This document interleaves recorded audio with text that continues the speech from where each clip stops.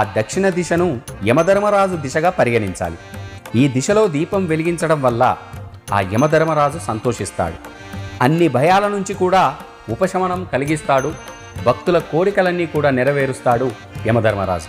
యమదీపం వెలిగించడానికి నియమాలు. యమదీపం 4 వైపులా ఉండాలి. 4 వ్యక్తులతో వెలిగించాలి. యమదీపం వెలిగించేందుకు నువ్వుల నూనె లేదా ఆవ నూనెను ఉపయోగించాలి. దీపం వెలిగించిన తర్వాత దానిని ఇంటి బయట దక్షిణం వైపు పెట్టాలి.